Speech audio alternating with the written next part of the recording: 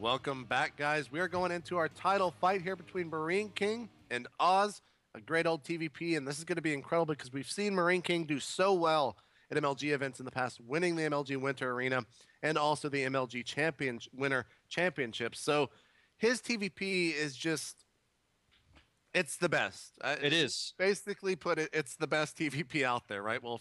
Yeah, absolutely, man.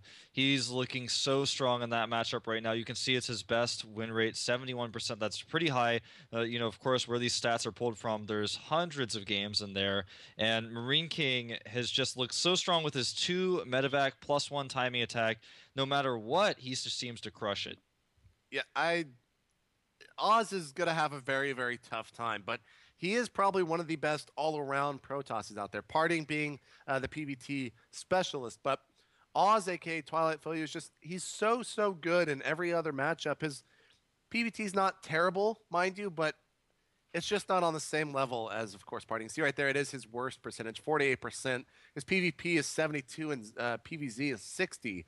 So what is Oz going to have to do here to be able to take down Marineking? He's probably, if he's known about this match for a while, which I'm sure he has, he's really going to have to study what's going on. He's going to have to figure out exactly what Marineking style is. He's going to have to study that 2 medevac push and figure out how to deal with it, because Marineking has quite literally done that like 99% of his TVPs recently, and he knows how to transition. He knows how to dodge storms. Oz is going to have to adapt a new style. Yeah, he's had probably, I think, 10 games in the past month against Parting where it's literally you dodge every storm and you win, or you miss one and then you die. So he's getting very, very good at that just from his matches against Parting. But let's not delay this anymore. Let's go ahead and jump into our first map here, which will be MLG Dual Site for our title fight of the MLG Prize Fights presented by Bic Flex 4 Razors, as Marineking and Oz are going at it on Dual Site. Wolf, why don't you introduce our players? I will do that. Of course, down here at the bottom left, we have our Protoss player from the team FX Open. It is Oz. And of course, on the right side of the map, it is the King of Marines, looking so strong recently, and perhaps even the best player in the world when it comes to this matchup. It is Marineking Prime. I'm so excited to see these two players collide. Yeah, Marineking, let's talk about his style. It doesn't, the big upgrade for Protoss in this matchup, at least initially, is charge. Once you get charge, you can engage your opponent's bio army and try to get a surround, but you get force fields behind it, your zealots can connect. Marineking doesn't even care if you have charge. He is getting so good when it comes to medevac pickups right behind the mineral, or right behind the force field line. Then he just destroys your zealots, and you're like, well, what the hell do I do against that? Like, I have not seen a Protoss with an answer for that style of play, except for maybe Parting, and even then, he has a very, very hard time in doing so. Yeah, we saw Parting desperately try to warp in some High Templars so he could feed back those medevacs. That didn't really work. He tried to add some Archons into the mix as well. And the way Marineking controls it is he uses the force fields against his opponent. He uses the wall against his opponent. For example, on a lot of maps, he likes to attack at that location right at the edge of the base on the secondary ramp, or even at kind of the edge of the main ramp, and he uses that ramp against his opponent. He makes it so the Zealots can't really fight his Marines, and then if the Zealots come around the other side, he does some pickup stuff. It's really cute, it's really well done, and it's absolutely so terrifying to play against that type of style. He's practiced it so many times. We saw in the Team League Finals, he did the exact same build against Parting twice, and that was kind of maybe the biggest showcasing of this style that we've seen so far, but he has been doing it against so many different players outside of the GSTL. And I think that's what we're going to see from him here. Yeah. Now, Oz, he actually played more recently in the GSL Codes round of 32, and he was actually using some new styles that a lot of people had not seen too much in this matchup. Did you happen to catch those matches, Wolf, and see those styles? Are you referring to Parting styles? It was Parting and or Oz, and they were in the same group. I didn't quite see those styles. Like, I've seen some of Parting's other styles where he does some fast expand play and then gets a faster third base. But it all depends on the map, I feel, with stuff like that. And I don't know exactly to what you're referring to, but I have seen a lot of variety in his style. We may see, not on this map, but on some of the other maps in this match, so a fast third base from Parting, or from Oz, similar to how Parting does that, because that's something that he really favors to do. Now, something to note right now about what Marineking is doing is he's taking a second gas and he's doing a 2-rack, so he's doing this a little bit differently than usual. Yeah, basically he's going to follow it up with a very quick tech now that he has that second gas. Is that kind of the go-to thing to do after this attack? Yeah, with the second gas, what you can do oftentimes is you can tech up. There's different ways to do it. You can tech up and get fast medevacs off of one base. It's not something you see very often, but it is seen every now and then. But something a lot of players have been doing, Marineking especially, is getting some siege tanks with this type of push, going up to about 4 siege tanks, then expanding and putting pressure on your other opponent with siege mode. This is not very common, especially not in Korea, but it's something that Marineking kind of has in his bag of tricks that catches players off guard sometimes. And actually, that was kind of cute what we just saw Oz do. So, to replay basically what just happened is an SCV got inside the main base of Oz. He saw that there was only one gate, saw a probe moving towards the expansion. As soon as he took that SCV out, he threw down 3 gateways. So we're going to be seeing a very aggressive 4-gate here for Oz, and we'll see how well it works. There's the forward pylon, but at that point, Marineking's actually moving out. And will he see that probe? I'm not sure if he did. I don't think he was able to see the probe.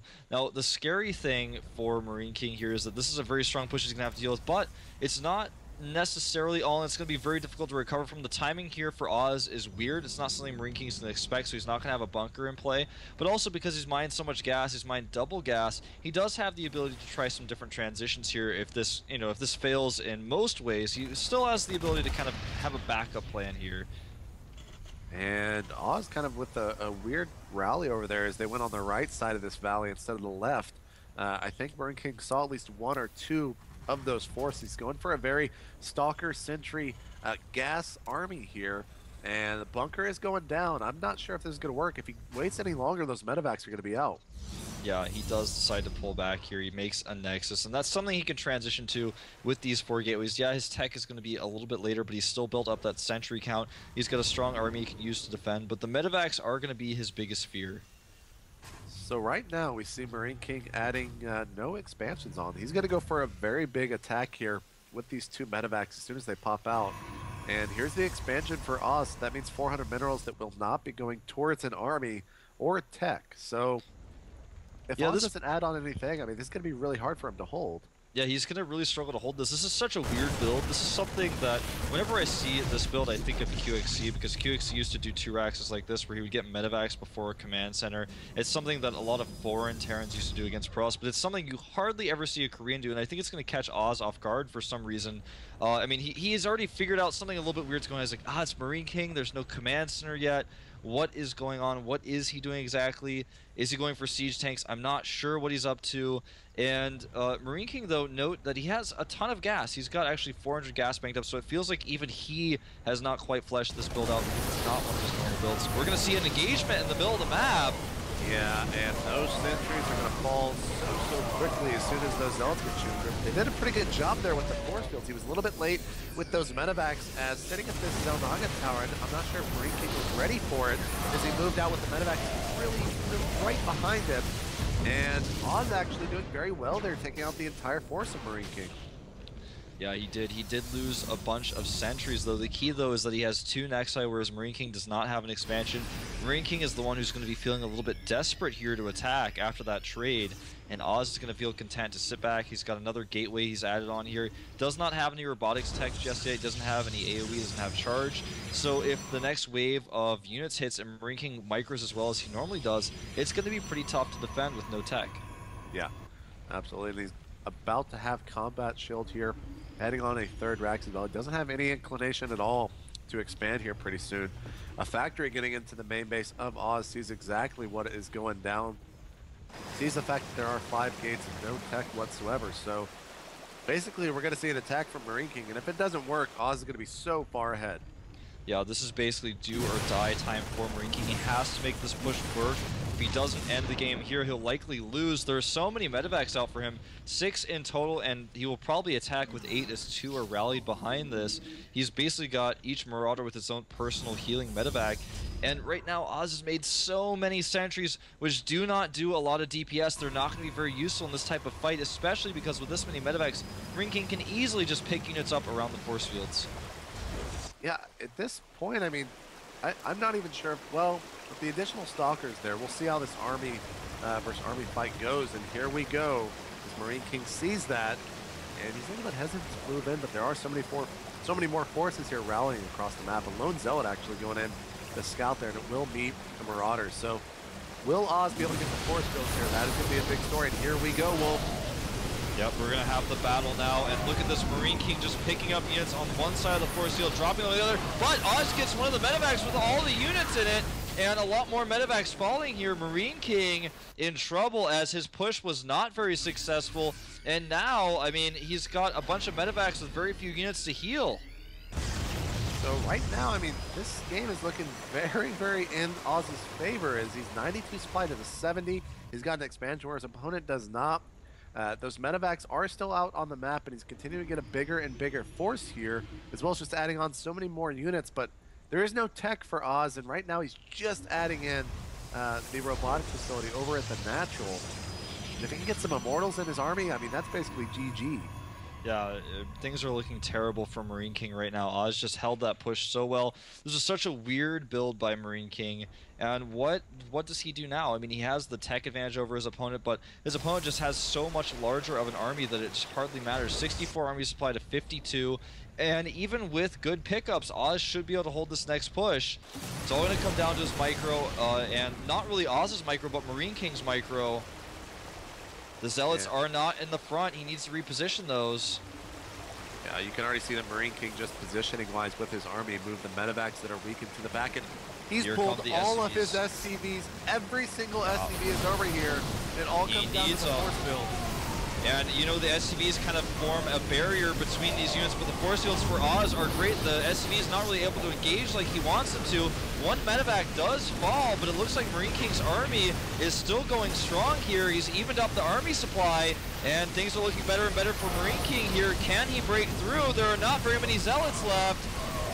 Yeah, the sentries don't have all that much force spell. Here come all the probes. Now it's basically everything against everything here in this fight. Stim is still there. So many of these medevacs. Here's a big force for MTV. Now, a lot of Marauders are starting to focus on the Stalkers, and I think that Marineking's going to be able to take this as only 5 Stalkers remain. Good game. I cannot believe he was able to make that work. What? I mean...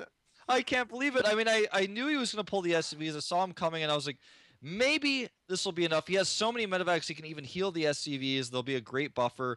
But, you know, Oz just did not have enough to hold that. Marineking, he seems to know exactly what he needs for a win. It's actually crazy. I mean, I did not expect him to be able to pull that off, and it wasn't even about his control necessarily in that game. I feel like it was just him knowing, all right, now's the time I have to go, and this is exactly when I need to pull my SCVs, and he just did it and won that game.